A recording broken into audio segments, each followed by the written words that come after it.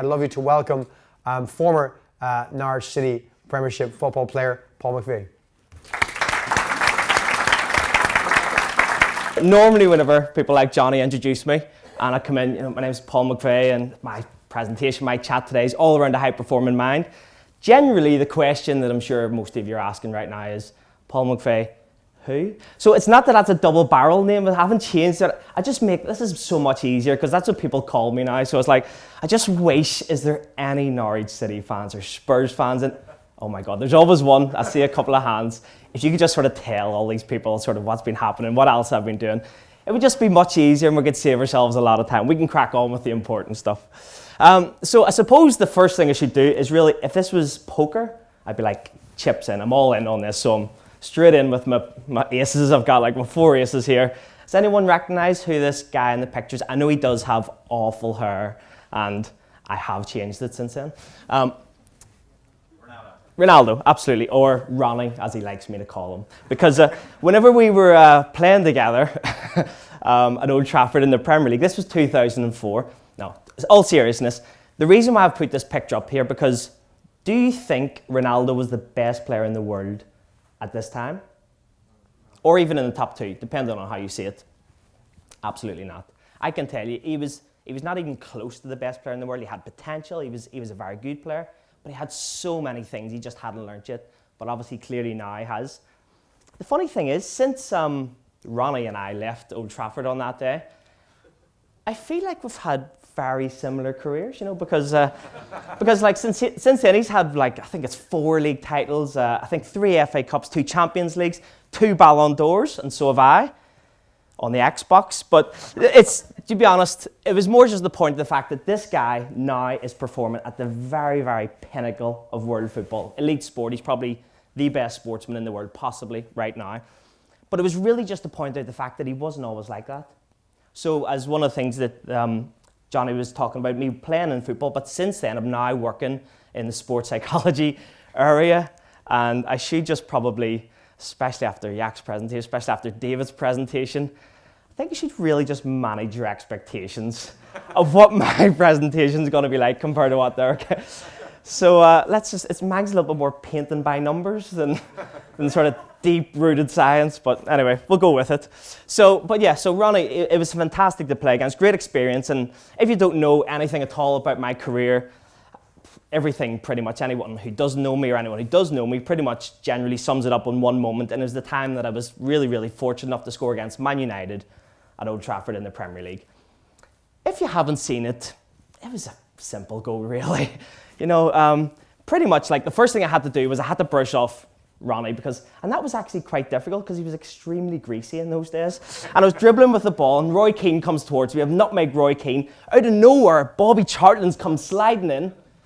I've had to think it over Bobby Charlton, and then I'm running towards the Stratford end. Peter Schmeichel's come out, and all I had to do was dink it over the top of him, and I've got off, and I'm celebrating like we've just won the World Cup, even though we were 2-1 down. But that's not the problem. It doesn't really matter. I think that goal slightly got better over the years, and I think probably what's the best thing is maybe just to give you a more accurate description of what happened.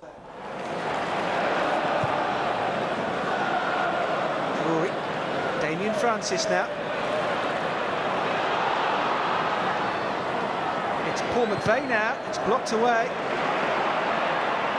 Now McVeigh for Norwich City, and McVeigh has scored! Squeezed in by Paul McVeigh, and Norwich have a goal back in the game, and their travelling fans who've come in their thousands to Old Trafford have she wasn't a goal drunk to at that celebrate. stage. Paul McVeigh. Doherty's shot was blocked. Thank you.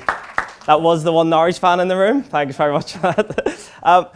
To be honest, it was a fantastic time, but it was more just to say that, you know, sport goes through such, and especially performance in sport, goes through such highs and lows. So really what I wanted to try and share with you guys and girls today is more just a little bit of when I was told about what was happening in my head. It made complete sense, and I'm not going to go into the depths, especially as I mentioned the 2 guys went into earlier, because no disrespect, I'm working with Premier League footballers, I'm working with young footballers at Crystal Palace this season. I have been there for the last 3 years.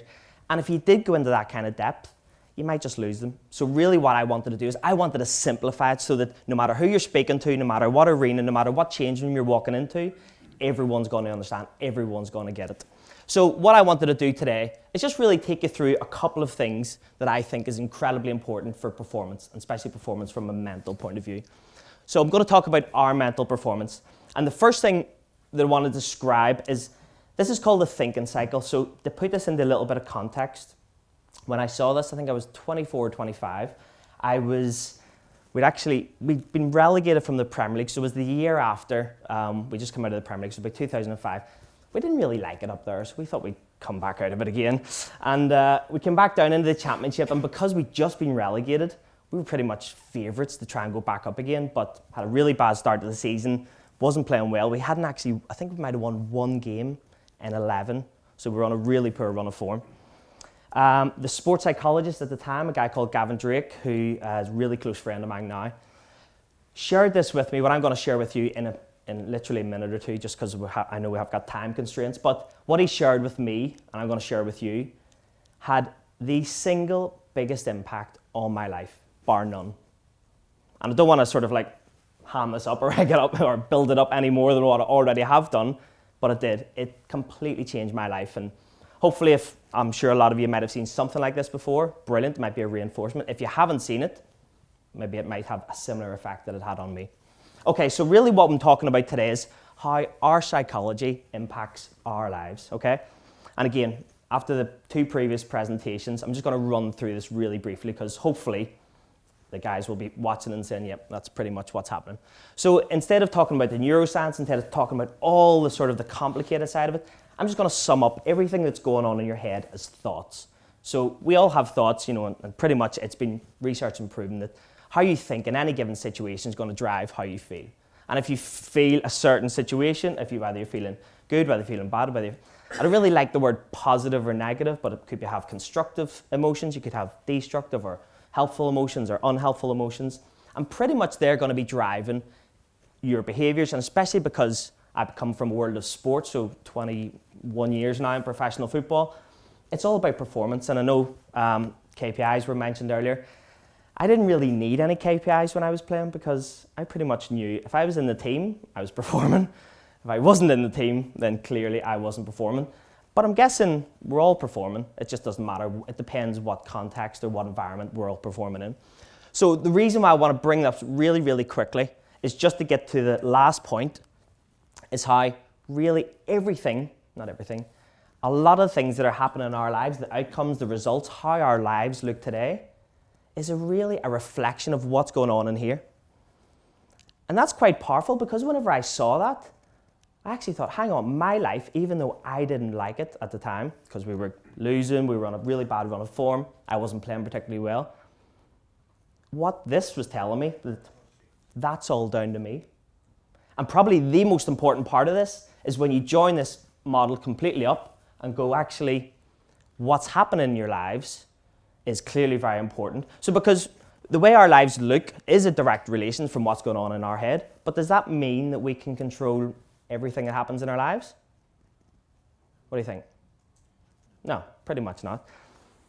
And that's where I just want to make that clarification, because it's not that you can control everything that's happening in your lives. It's more the fact that you have the power to think about what is happening in your lives. And whenever I saw this, it suddenly put a lot of things into context, because a lot of experiences I'd had whenever I was younger, suddenly that happened. And actually on the back of this, so this was a 30-minute session, 45-minute session. Gavin then also took us through a session on focus and how the different types of focus and how we pretty much generally focus on what we don't want rather than what we want. It's such a simple little shift in focus. So sharing two sessions with us in maybe an hour session. So we had that on the Friday, we went out the next day, and considering we hadn't won for 11 games, or we'd won once in 11 games, went out the next game, we won that one. I was fortunate to score 2. Went out the next time, we won that one. Dean Isham scored a hat-trick. He hadn't scored for the last 8 games. Went out and won the next one, and the next one, and the next one. We won 5 in a row. I was player of the month the next 2 months. The manager was the manager for the league manager of the month the next 2 months.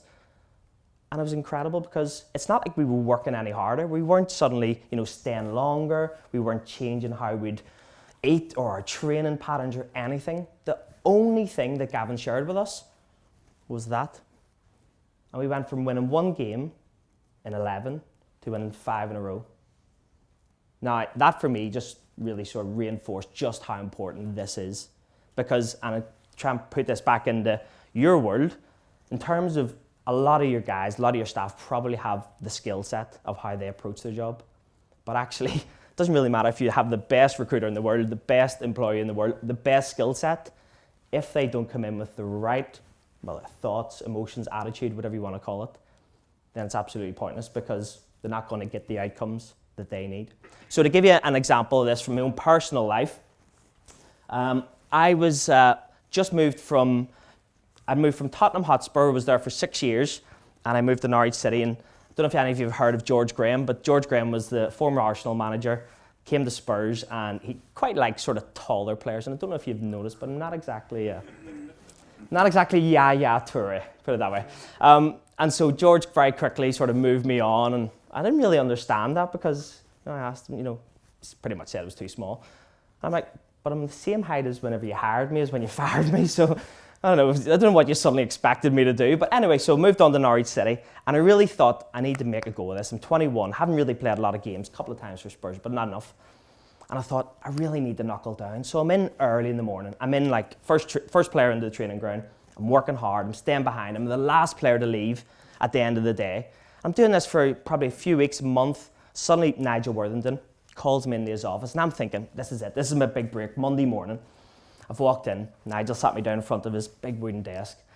And just as I've sat down, looked across at him, looked him in the eye, and he goes, Macca, was my nickname, Macca, I'm letting you go. I've gone, what? What do you mean you let me go? He said, well, and I've got to say, these words really have haunted me for the rest of my life. He says, I just don't think you have what it takes. And whenever I heard those words, it was literally like a knife being forced inside me. And I remember stumbling out of the office and thinking, career's going down the hill. Just been released from Spurs, just released from Norwich, I'm 21, where am I going to go?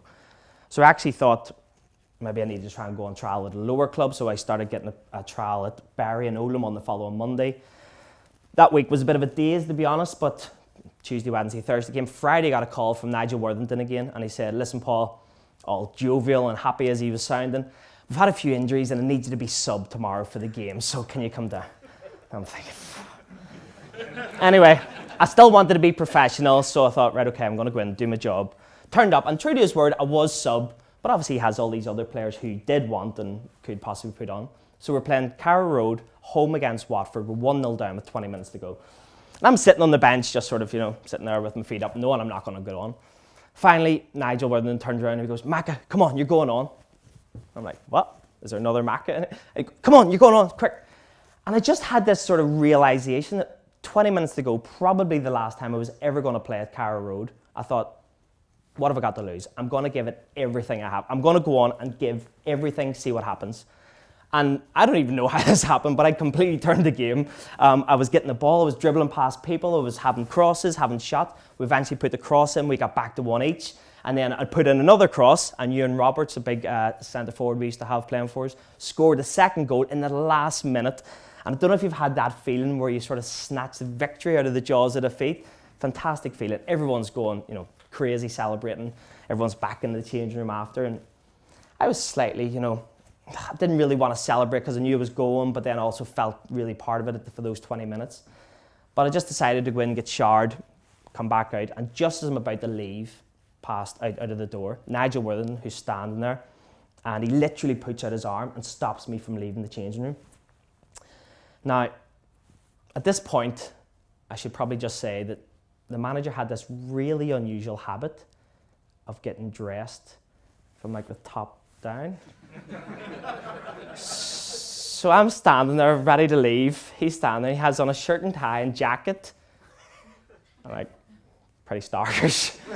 From that. And he sort of just, he was fixing his tie and he sort of looked at me, he sort of looked away and he was like, listen, Paul, you did well today. Come in on Monday. All you've got to do is get your head down.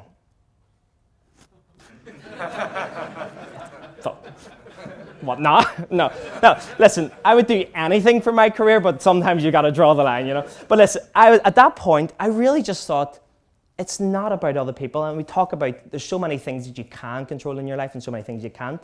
And Nigel Worthing's opinion of me, I can't control. The only thing that I could control was how my attitude going into training, my attitude going into games, how I applied myself, my professionalism away from the trainer. Pretty much I came to that conclusion on that day. The only thing I have complete control over is me, or more precisely, is this. And as soon as I realized that, suddenly everything just sort of take an upward curve, and as Johnny was saying, I'm really fortunate then going and playing in Premier Leagues and winning league titles and stuff like that. But it was just a really, really clear example for me to go, do you know what? My career is down to me. So I sort of have brought this book along. I don't know why I brought it, because, you know, it's not a plug or anything.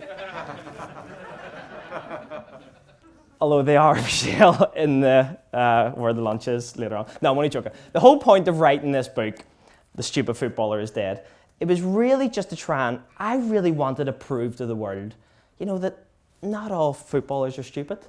And I thought I had succeeded until Jason McAteer came along. Does anyone know Jason McAteer personally first before I tell you a little story about him?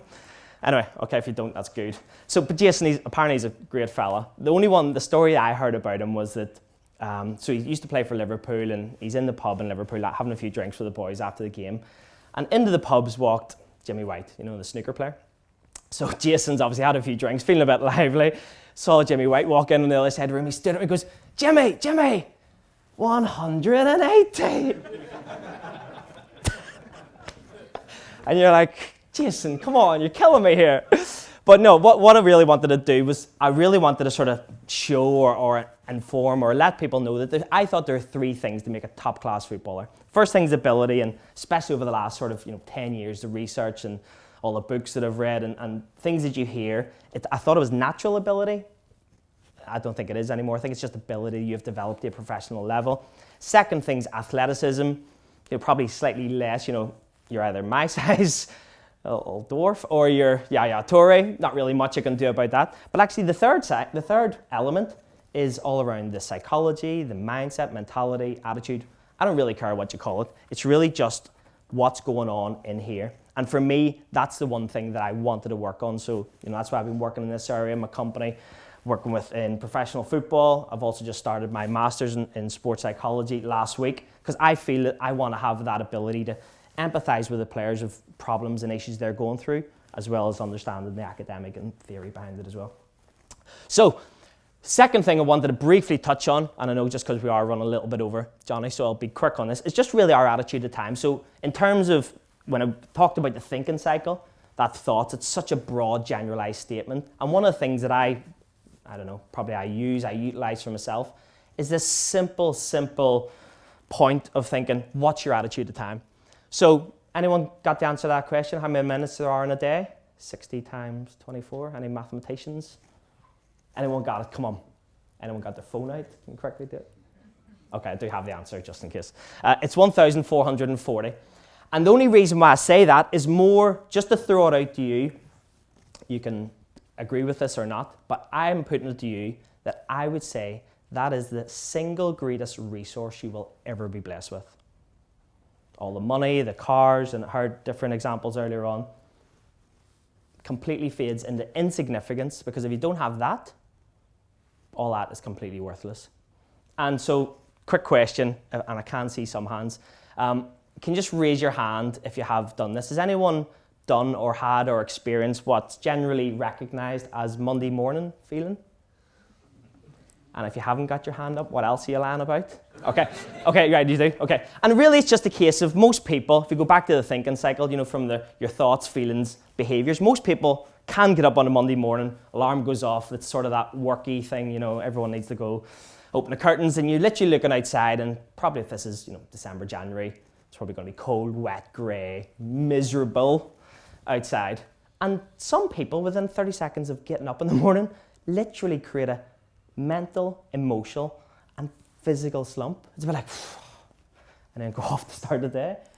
And it's like, how conducive is that state of going out and having the best day you can have and getting the most out of your employees, getting the most out of yourself, etc., etc. I'm not saying, you have to run out the door and like big massive smile on your face and say hello to everyone you meet, because obviously in London everyone think you're weird if you do that.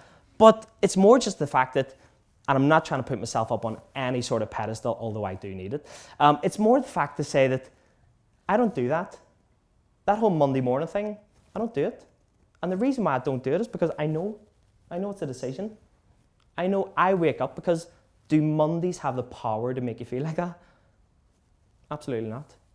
Who does that? You or I do. And it's the simplest little thing, and it's just how your attitude to Mondays. Because if Monday morning you happen to be going on holiday, I'm sure you'd have a completely different feeling about Mondays. So, as I say, time is of the essence. I do want to sort of rush on because I know you are all hungry as well.